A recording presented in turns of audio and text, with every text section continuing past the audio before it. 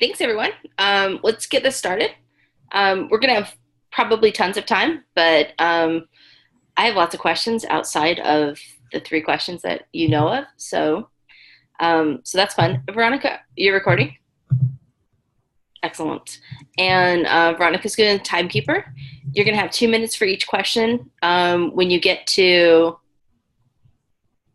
30 seconds, is it 30 seconds? Yeah, So when you'll you get see a to yellow. 30 seconds, I'll Okay. hold this up, and then when your time is up, I will hold the red one up. It's very precise and super high tech. So we're going with that. So yeah, so everybody, thanks for joining us. You've received three questions from Luigi initially. So let's do the first question is what is your top priority for NAC? And Zay, can you go first? Nice. I normally am like used to going in the proper alphabetical order, so starting with Z, I love it. So yeah, I mean, I think ultimately my main priority is just continuing, Code for America's, momentum of building an impactful, bottom-up, multi-stakeholder organization. A lot of words, but I think that's very well described, sort of what has organically and intentionally, been happening. And I kind of want to focus on identifying the specialization and niche opportunities of brigades while identifying strategies for collaborative learning as well as remote work sharing. So I think ultimately those are like, in a nutshell, my main priorities. Excellent. You have tons of time. Anything else? Yeah, I mean, I think everything else just kind of comes with, making the work fun. And I think just once we're able to like convene, that sort of like naturally happens. So keeping the fun equal to the effectiveness. You saw my answer was very precise. Excellent. How about Emma? All right. I love that fun answer. Also, I feel like I have all the time in the world right now. I'm just going to talk very slowly. No, I think there's a couple big things that we're all going to suggest, or a lot of the candidates have already talked about. But to me, the communications collaboration issue is huge. And part of it is like, yes, this should be our big focus, but I don't think it's necessarily something you can like solve in a year. But yeah, I mean, like knowing that when I think about burnout in our own group and in other groups, it's like knowing that there's a community out there. Like just going to Summit was huge for me because I was able to connect with a lot of people, and it sort of just like filled my reserves of like goodwill. And if I'm about to burn out, that's exactly what you need, is the human connection. You don't need some sort of GitHub listing of something. Like you need the actual human contact. So in terms of our communications channels, building a tech apparatus or using a tech apparatus that's adequate for our own communications among all of these disparate groups, everybody working on different things, is kind of the hugest challenge ever. But I think it's incredibly important to making sure that it's not just like big cities that are dominating the conversation. It's not just, the really super tech projects that are making it to the forefront. And it's not just a couple people leading the conversation, to make sure that everyone's well represented.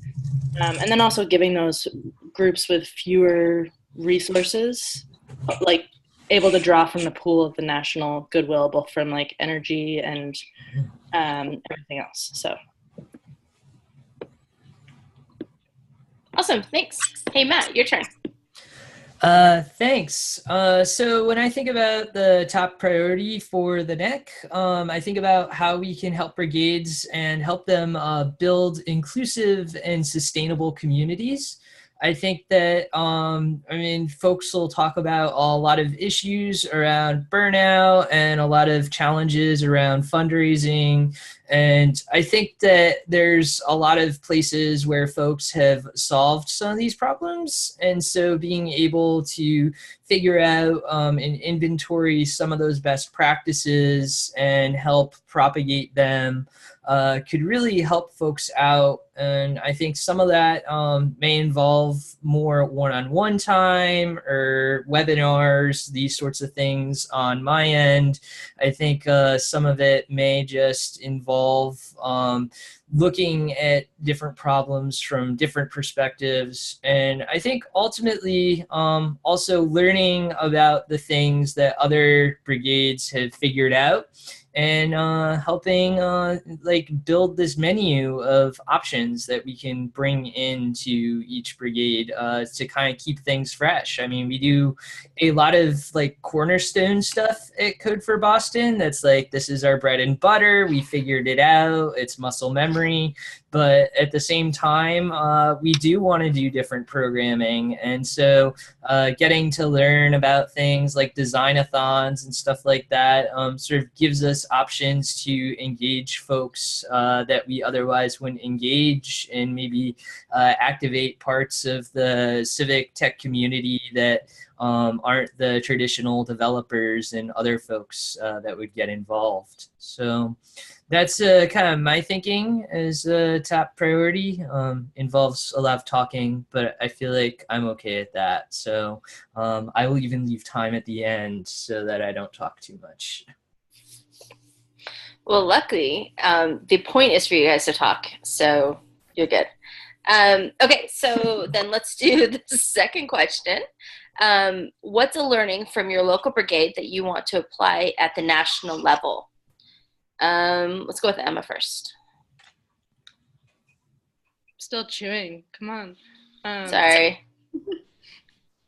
Actually, Noel didn't go for the last round. Oh.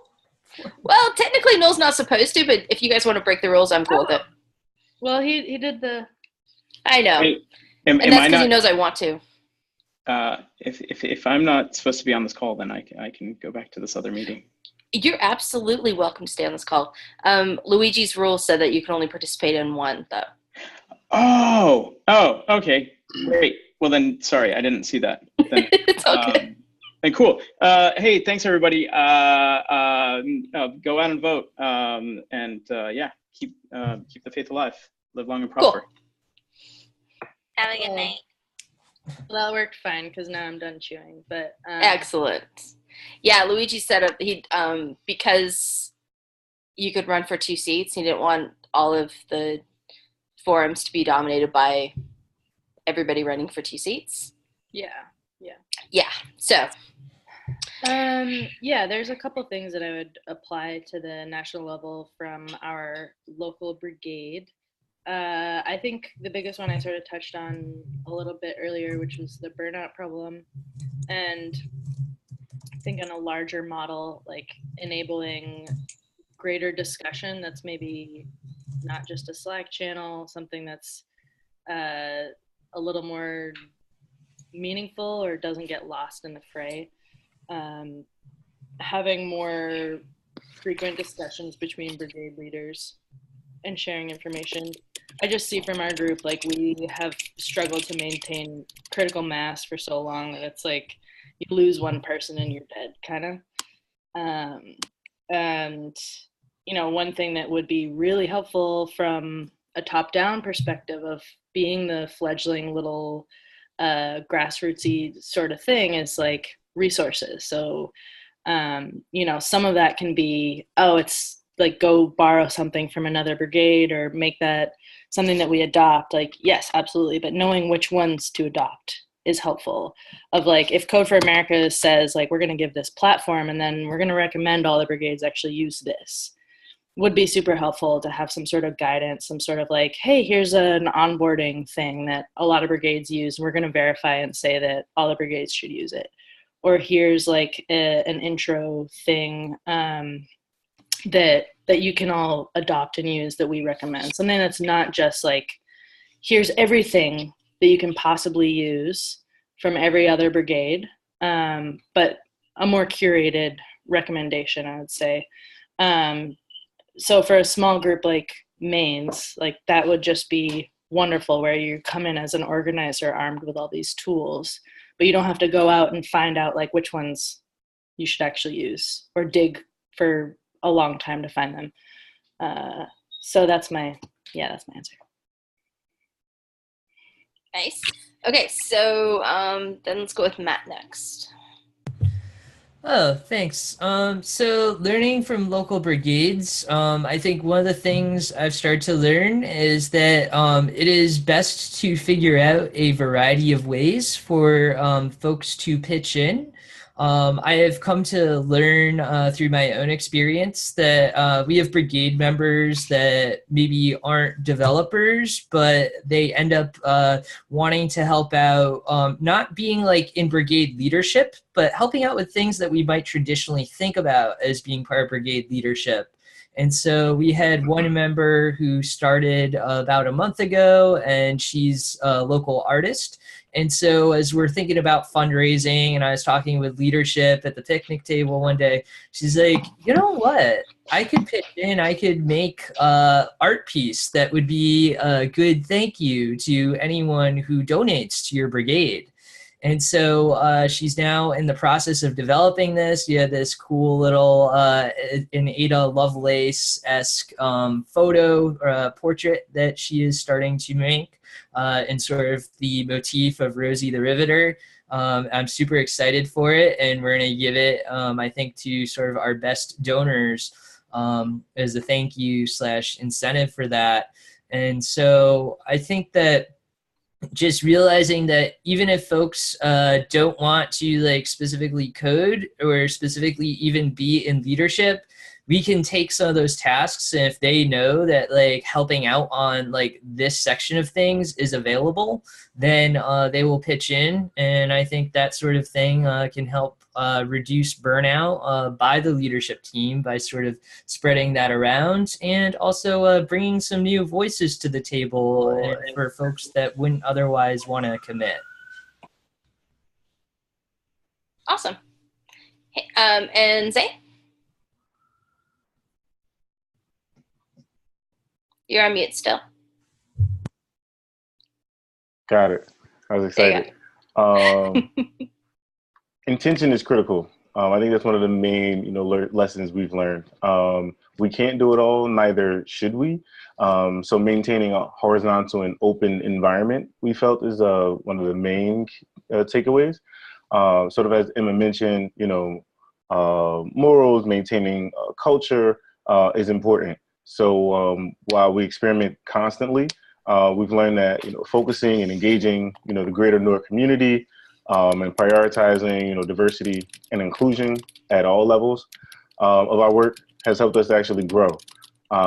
Whether that's voices on panels that we partake in, our board, work pods, down to print materials and other organizations we've partnered with. While we have been steadily and naturally growing, I think even as we become a nonprofit this year, well, at the beginning of last year, many of the additional, momentum opportunities that have come forth has been due to a lot of that, intention. So I think that's the main lesson. Great. And so the third question is, how do you think the Code for America Brigade program should fit into the larger civic tech ecosystem? And Matt? Sure. I think that the role of Code for America is, I view it first and foremost as a thought leader. We're the ones that sort of aggregate a lot of the best ideas and practices across the ecosystem. And I think another role that we play is very much as sort of a minor league for folks that are then going to actually go into government as well. It's Code for America as an organization, at least within the brigade program, engages a lot of folks that might be interested in transitioning into a role as a government employee. It's something that I do, and we have a lot of folks that want to explore the space and kind of put their feet in the water before jumping all the way in. And so I think that sort of making those opportunities available and showcasing them, which we already do through our job board and through helping people engage with existing government employees, makes a difference to recruit those people so that they participate in their communities, and also helps communities that don't quite understand how to engage with technologists and software developers to start to understand that culture and see that other places have done this, and for them that it has worked out well and it's really made a difference. So I think playing that role of bringing folks together and letting them have this space to meet and to learn from each other, and then to maybe let them have the opportunity to take that next step is a role that Code for America can continue to take and really make a difference. Excellent. Zay? So I just knew I was going to end up going last. Like, damn, I don't have anything to say. So I feel that, you know, Code for America should be the model for modern impact work. You know, convening public servants, technologists, entrepreneurs in the 21st century is uber powerful. Just about everything incorporates or is involved with technology in some way. So you add consciousness and diverse teams working effectively together, we can influence the modern conversation and mobilize grassroots activities. Obviously, there's, you know, several different interest areas, you know, within our community.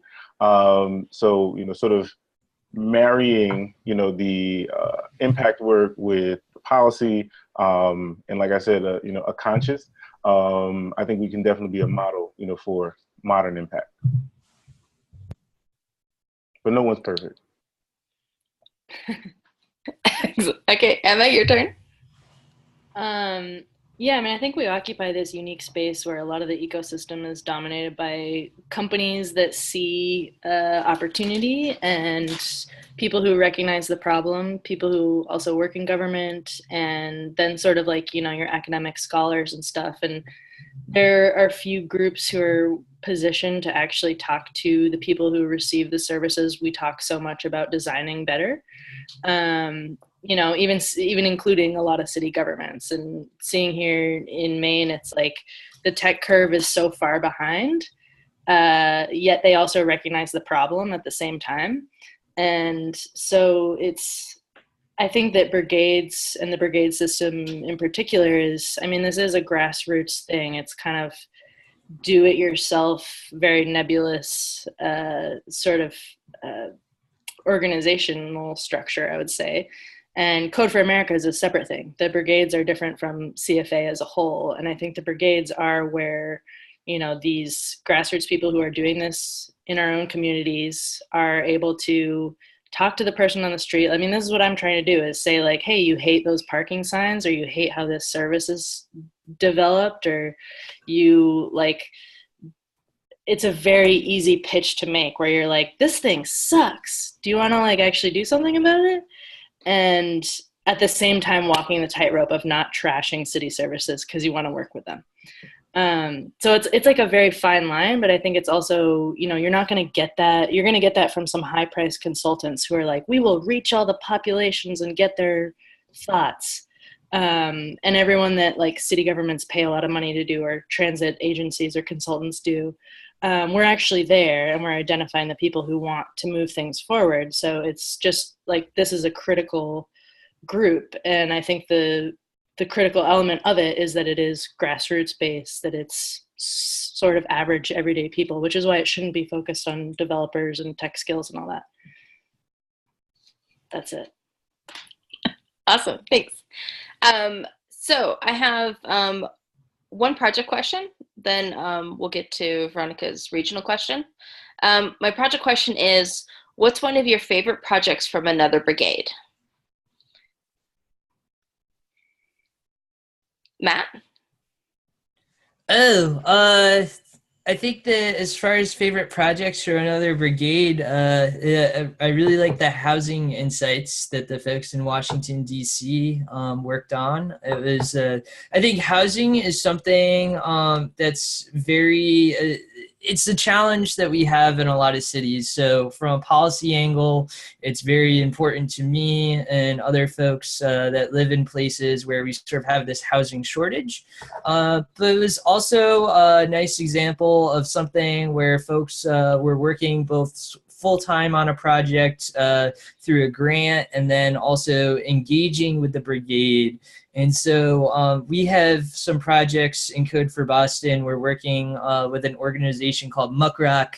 And so they have a full-time project where they help folks file Freedom of Information Act requests.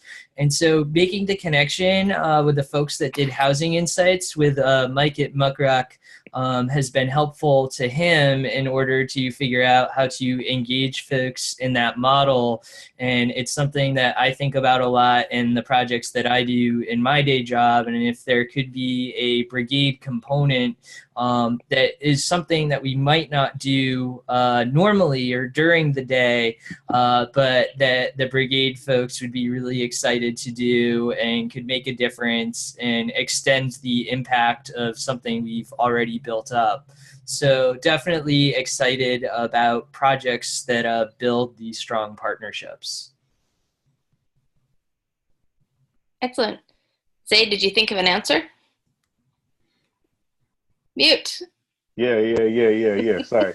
So this is, I'm sitting here thinking like, this isn't even a project, but I'm sure it's a project to them.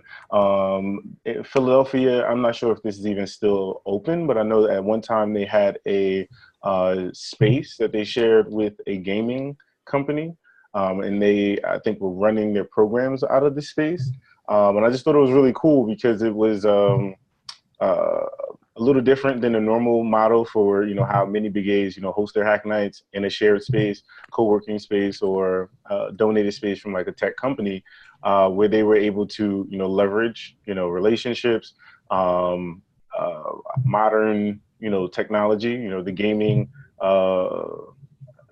co-working platform, something. I don't even know how that really worked. I never got to visit.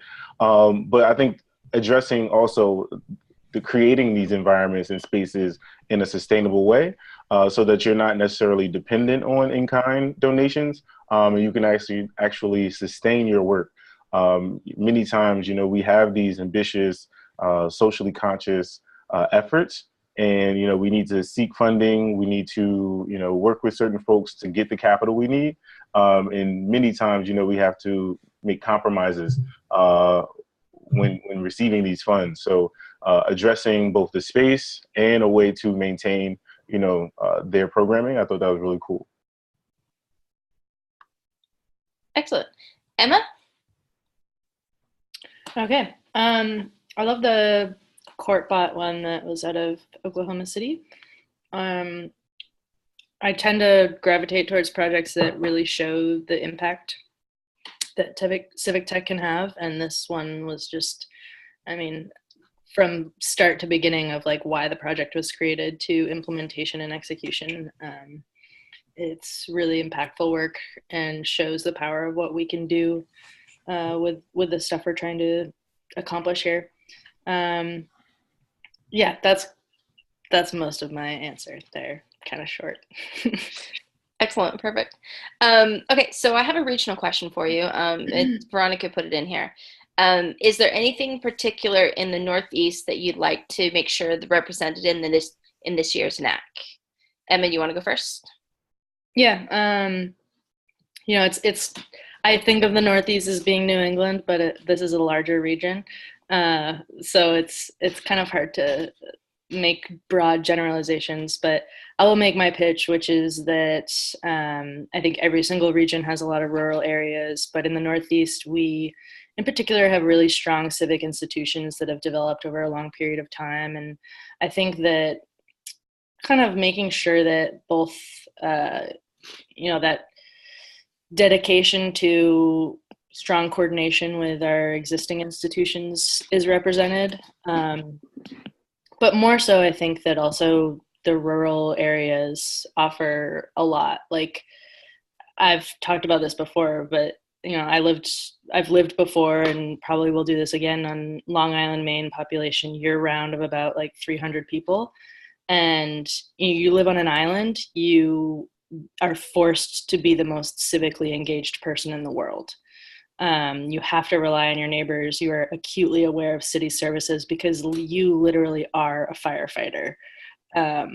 And that's kind of like, I think bringing that like connection to services that rural areas offer, and like making sure that the tools and the things we promote are not just like going to work with large cities that have a chief innovation officer, but like can actually potentially some of them like coming up with small scale solutions to these small municipalities, which have like very few resources, and every single person who works for the town has to do like 16 million different things. So those are kind of the problems I want to work on, and it's not necessarily regional per se, but I think that there is something in the Northeast that brings a lot to it because of a history of strong civic tradition. There, I sort of tie them together. Excellent. So Zay, you want to go next?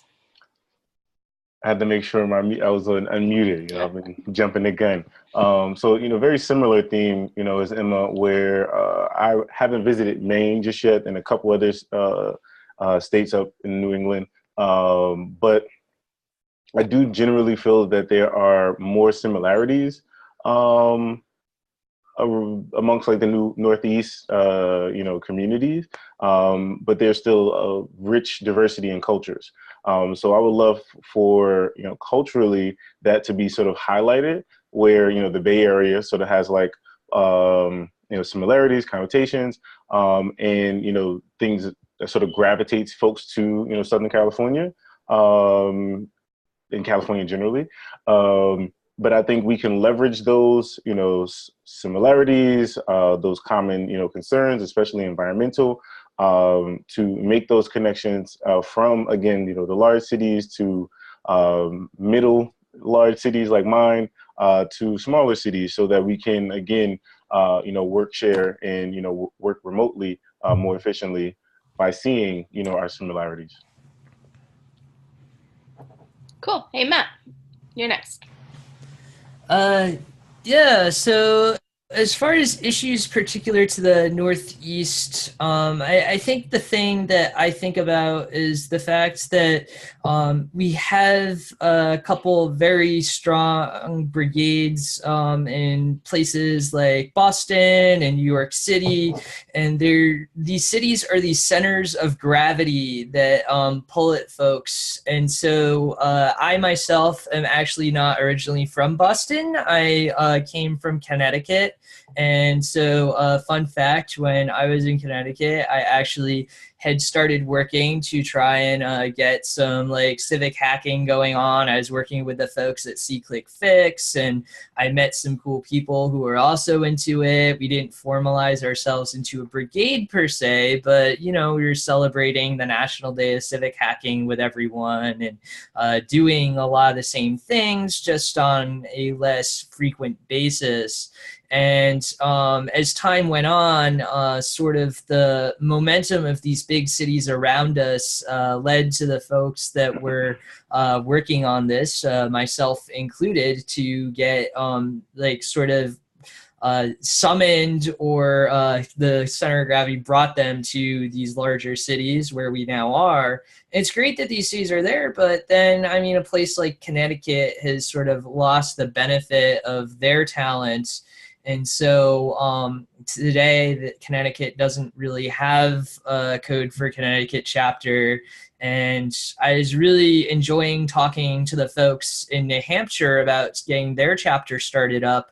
And then at MAPC, I hired one of the people that was starting the Code for New Hampshire chapter to be my coworker that started on Monday, which is great for me, but maybe not the most exciting thing for the folks in New Hampshire that have lost the benefit of his skills. So I think all that to say that I have taken a bunch from these different other states in the Northeast, and I think I can give back. So I want to do that. Awesome. So the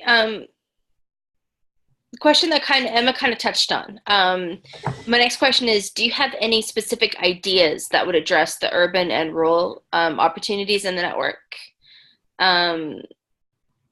I love whenever I ask these questions because Zay looks up like he's really thinking. Like, this is the deepest pondering I've ever seen. I'm totally not acting. It's amazing. But I'm not acting. I like it. And there's nothing behind this computer. I'm just like a dramatic person. So Janet was going to ask that. See? Nice. Janet, great mind think alike. That's all I got to say. Who wants to go first? I can go first if you repeat that one more time. Okay. I'm sorry. Okay, so the question is, do you have any specific ideas to address the urban and rural, urban/rural opportunities in the network?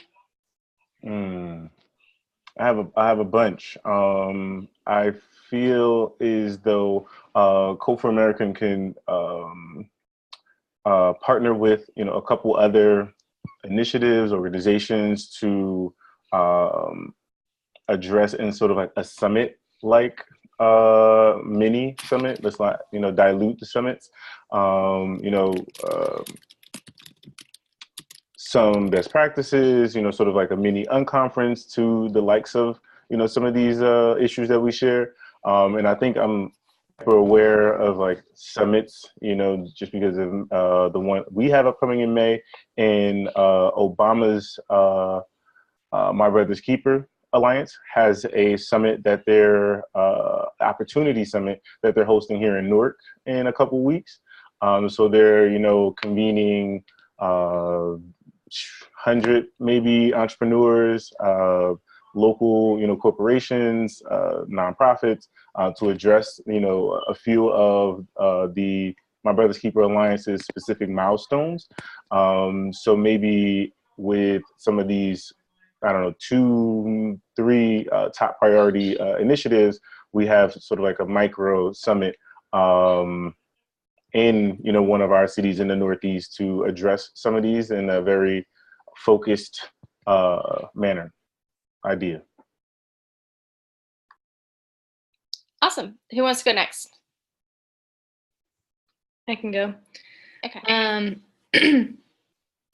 think you're right. I did sort of speak to this a little bit, but having those tools defined that we can roll out for small groups, but then also like not seeing it as a one-way street of like, oh, these better resource brigades are gonna like help out you small guys, but like we do have a lot of insight to bring in terms of like actually talking to people. Not that you don't do that, I'm sorry, I didn't mean to word it. But like we have a lot more. When I talked about being on the island, for instance, like I also talk to city officials very easily, or to elected officials or representatives. Like our system's just tiny. I can get access to literally anybody and understand like, what's a town clerk's priority when they're looking at something? What do these social media managers who are tweeting out services for a city, what angle are they coming at? And if we're trying to work with them in partnership with them on something, getting that access on the smaller level can be super helpful. Getting like more people to participate in certain things can be easier on the rural level. And then also doing like super impactful, like different type of shit. So, they have the right to repair laws that are in a couple state legislatures, because like John Deere basically said, like farmers, you can't repair your own tractors. You have to pay someone $150 an hour to do this.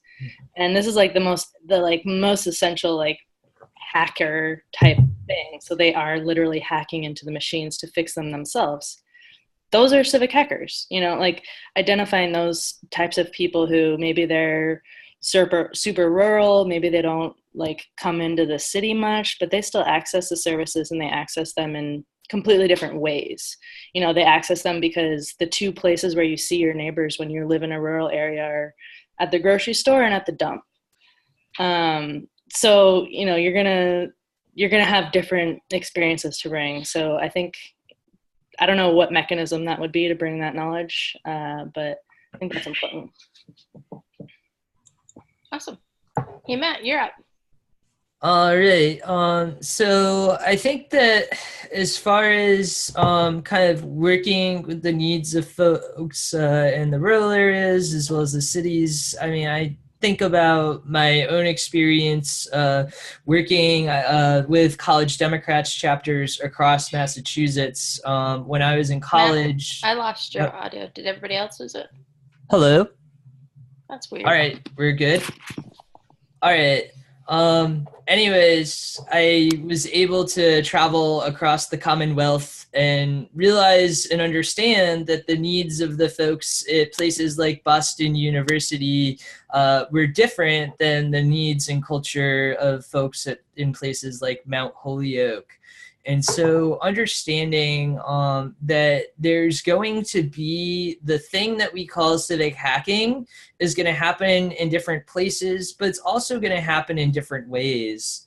And so I think understanding what works in those places and what works for those folks is really a good way to customize or cater the programming for them, and I think also learn from them and bring things back.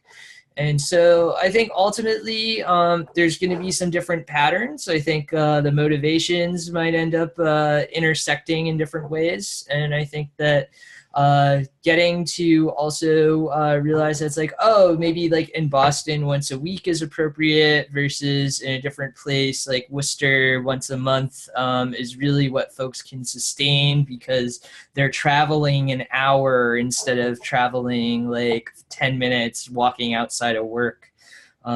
Is really what we can do. And beyond that, I think it makes a difference to have the technology of being able to sort of plug folks into virtual projects and that sort of thing so that if they want to work on a specific thing, it doesn't necessarily have to be in person and they can go and contribute remotely through Slack and stuff like that.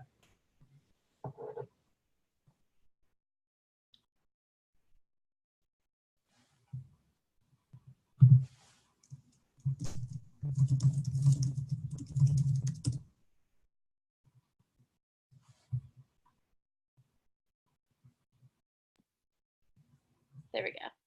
Did that work? Yes. Sorry. For some reason, I'm having minor technical difficulties. Thank you, Pat. Does Jed and Jason have any questions? Veronica, Tom? You guys good? Okay, so I have one last question then. What is the one question you wish we had asked you?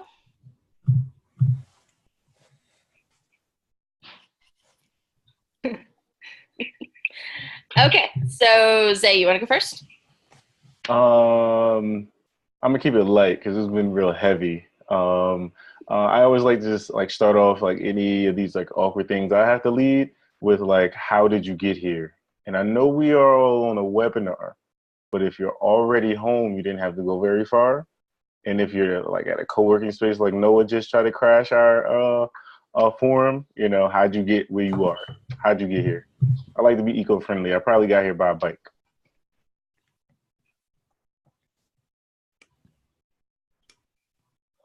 Okay, and Matt? I think as far as questions they would have wanted to have been asked, I think it would have been interesting. How did you end up getting involved? And maybe who's your favorite person that you met in your brigade? I think that one of the best things about being in a Code for America brigade is the friendships that I've made, the mentorship that I've experienced, and really the relationships that I have built. It's been very personally fulfilling to me, and I think it's been personally fulfilling to a lot of other folks. And I think that those stories can be powerful ones to share across the network to help folks understand why they might want to come hang out with us on Tuesday nights in the case of Boston and other times in the case of other places. Awesome. Hey, Emma, your turn. Yeah, I mean, I like super Hey, how's it- oddball personal questions. Did anyone have a thing to chime in on? No. But yeah, I find that sort of sets the tone. Like if you're like Star Wars or Star Trek, and then I'd be like neither, and then everyone would hate me. But yeah, some sort of oddball thing that's a little more advanced than your average either or. Or I love Zay's idea, but like that sort of, I took it a different way. It wasn't like, how did you get to this meeting, but like, what brought you here in life? Which maybe is hard to do in a 2-minute question. But yeah, all those kind of stuff I like.